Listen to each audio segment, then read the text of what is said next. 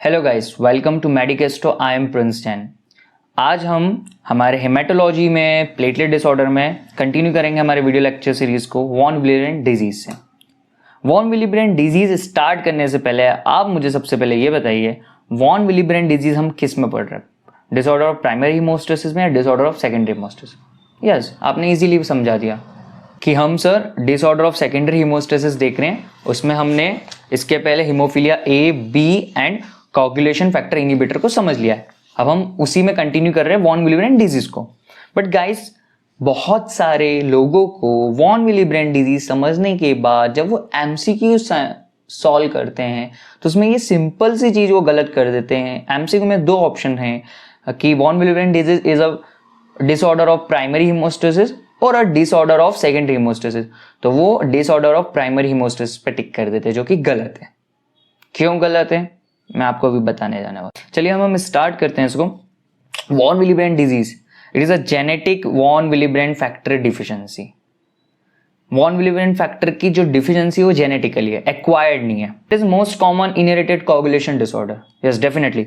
अभी हमने इसके पहले haemophilia A, haemophilia B, coagulation factor inhibitor disorders को देखा, और अभी हम फ्यू लेक्चर्स में भी और भी इनहेरिटेड कोगुलेशन डिसऑर्डर को देखेंगे। बट जो सबसे most common inherited coagulation disorder है वो वॉन विलिब्रियन डिजीज है। यानी कि आपको पेशेंट्स जो इनहेरिटेड कोगुलेशन डिसऑर्डर के दिखेंगे तो सबसे ज्यादा आपको पेशेंट्स में वॉन विलिब्रियन डिजीज दिखेगी। ओके, अब ये वॉन विलिब्रियन डिजीज के बहुत सारे सब टाइप्स है जो कि क्वांटिटेटिव और क्वालिटेटिव डिफेक्ट प्रोड्यूस करते हैं। जैसे कि देखिए, it has multiple sub types causing quantitative and qualitative defect.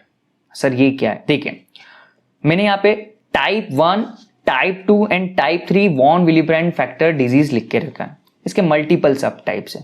अब देखिए, हमको देखना है टाइप 1 के बारे में। Type 1 is a most common type and it is a autosomal dominant with decrease von Willebrand level.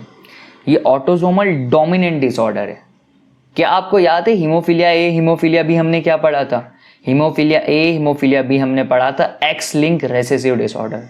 मैंने आपसे अभी यहाँ क्यों पूछा? क्योंकि हमें हर जो डिसऑर्डर हम पढ़ रहे हैं उसमें हमें ये पता होना चाहिए कि वो कौन सा ऑटोसोमल डोमिनेंट है, ऑटोसोमल रेसेसिव है, एक्स लिंक रेसेसिव है, एक्स लिंक डोमिनेंट है, ये हमको याद रहना चाहिए।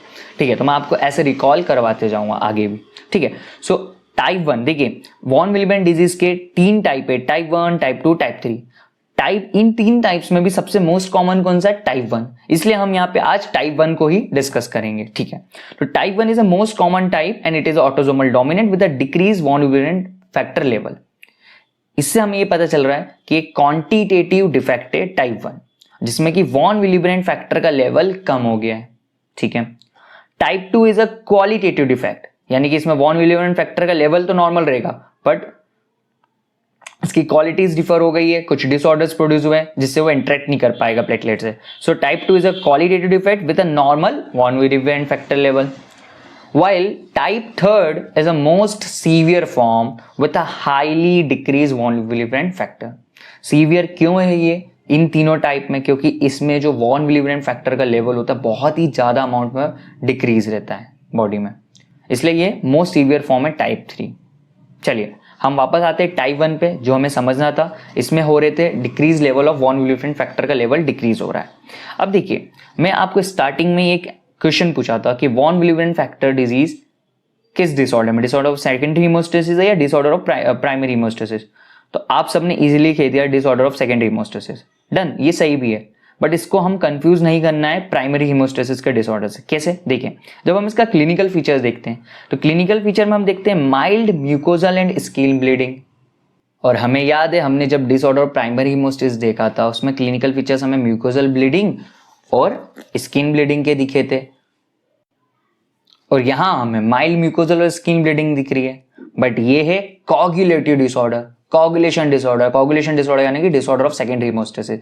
कोगुलेशन कैस्केड सेकेंडरी हीमोस्टेसिस का पार्ट है, इसलिए हम इसको डिसऑर्डर ऑफ सेकेंडरी हीमोस्टेसिस में कंसीडर करते हैं। अब देखिए, इसमें माइल्ड म्यूकोजल और स्किन ब्लीडिंग क्यों दिख रही है? क्योंकि हम अच्छे से जानते हैं, हमारा सबसे फर्स्ट लेक्चर, बेसिक लेक्चर, जिसमें हमने देखा था प्लेटलेट वॉन विलिब्रियन फैक्टर से इंटरेक्ट करते हैं तभी वहां पे प्लेटलेट एग्रीगेशन और एडिशन होता है। अब यहाँ पर वॉन विलिब्रियन फैक्टर का लेवल तो लो है, हम टाइप 1 की बात करें, decrease von Willebrand factor level दिखेगा।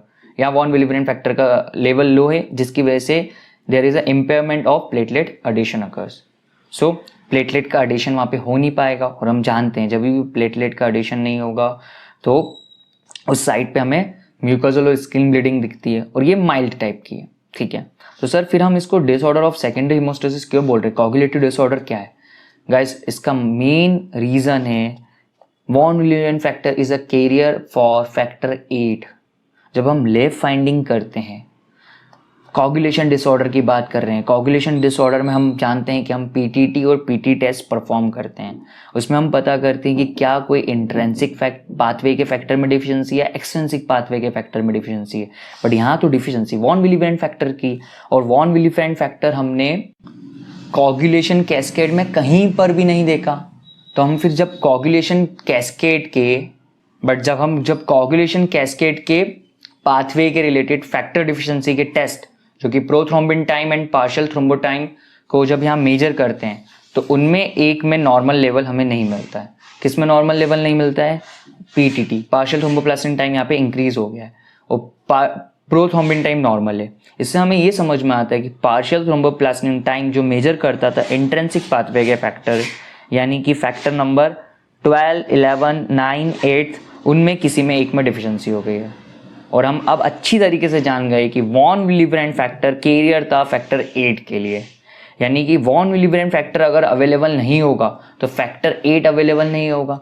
फैक्टर 8 अगर अवेलेबल नहीं होगा तो इंट्रिंसिक पाथवे अफेक्ट होगा, इंट्रिंसिक पाथवे अफेक्ट होगा तो पार्शियल थ्रोम्बोप्लास्टिन टाइम बढ़ जाएगा। इसलिए ये इस तरीके से कोगुलेटिव डिसऑर्डर, कोगुलेशन डिसऑर्डर है, जो कि part A disorder of secondary haemostasis का।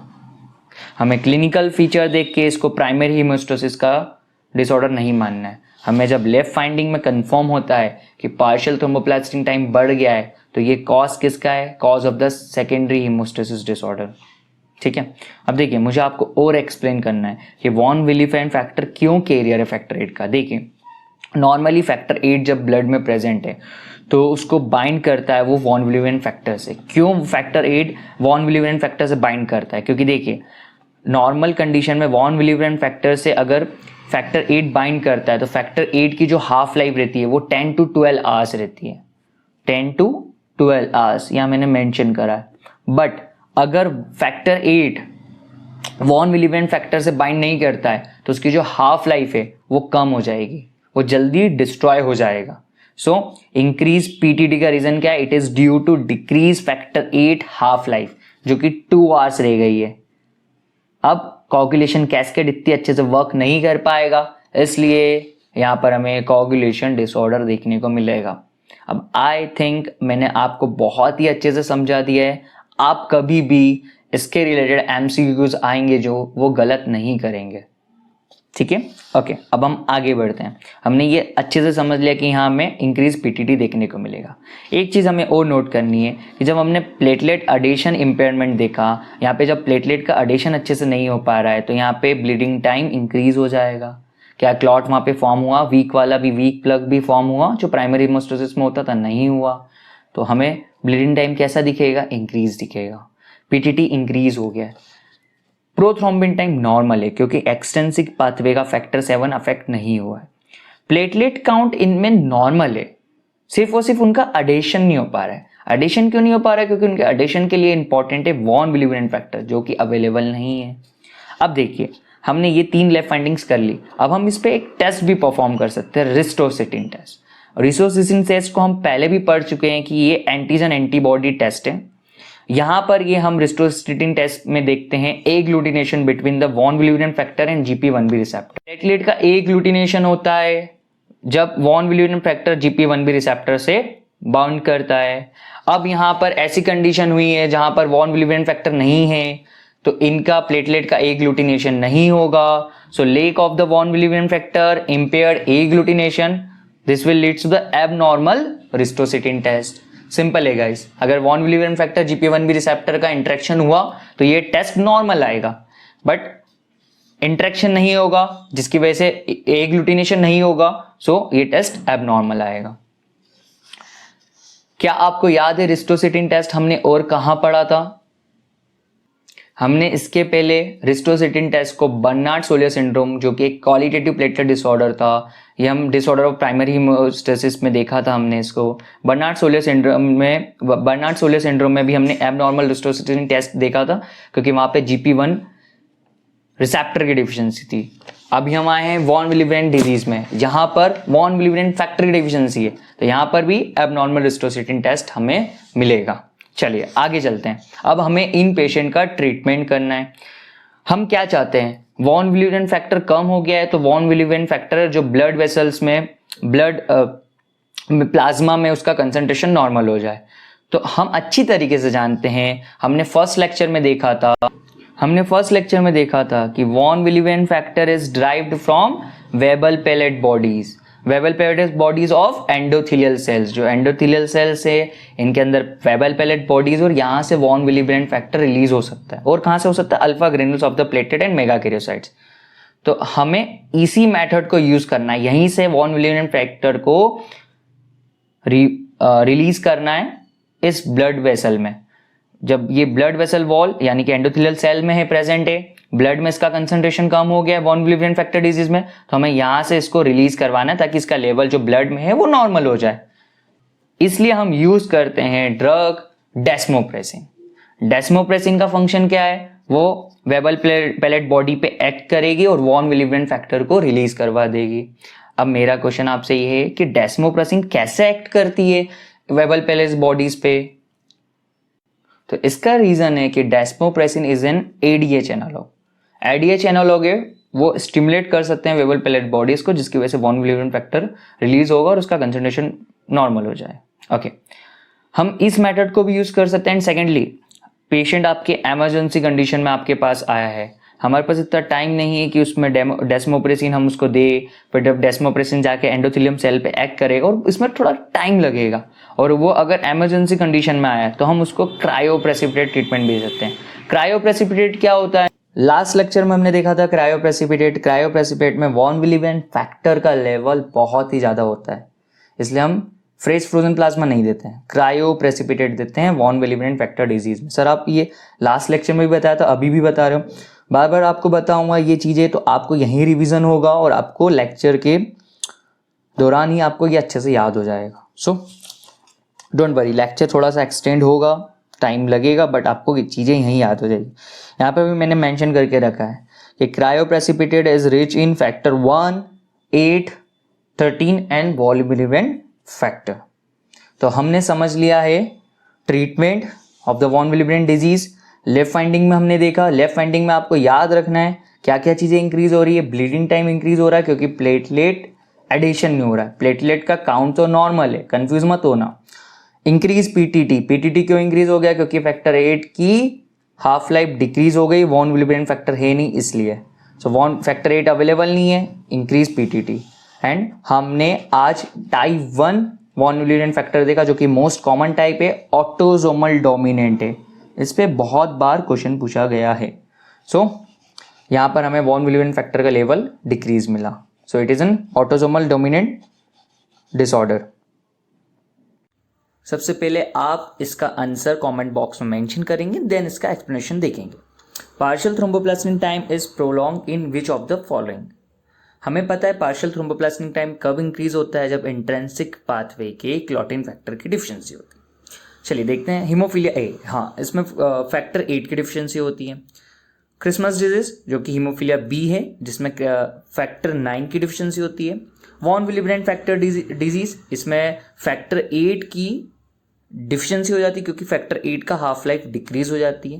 एंड ऑप्शन डी ITP, हम जानते हैं इम्यून थ्रोम्बोसाइटोपेनिक पर्प्यूरा PTT क्लॉटिन फैक्टर से रिलेटेड नहीं है। इम्यून थ्रोम्बोसाइटोपेनिक पर्प्यूरा में हमें प्लेटलेट काउंट डिक्रीज होता हुआ दिखता है, क्लॉटिन फैक्टर की एब्नॉर्मलिटी नहीं होती है। तो हमारा करेक्ट ऑप्शन होगा A, which include option A, B, C, that is haemophilia A, Christmas disease और von Willebrand disease has high और इंक्रीज PTT लेवल।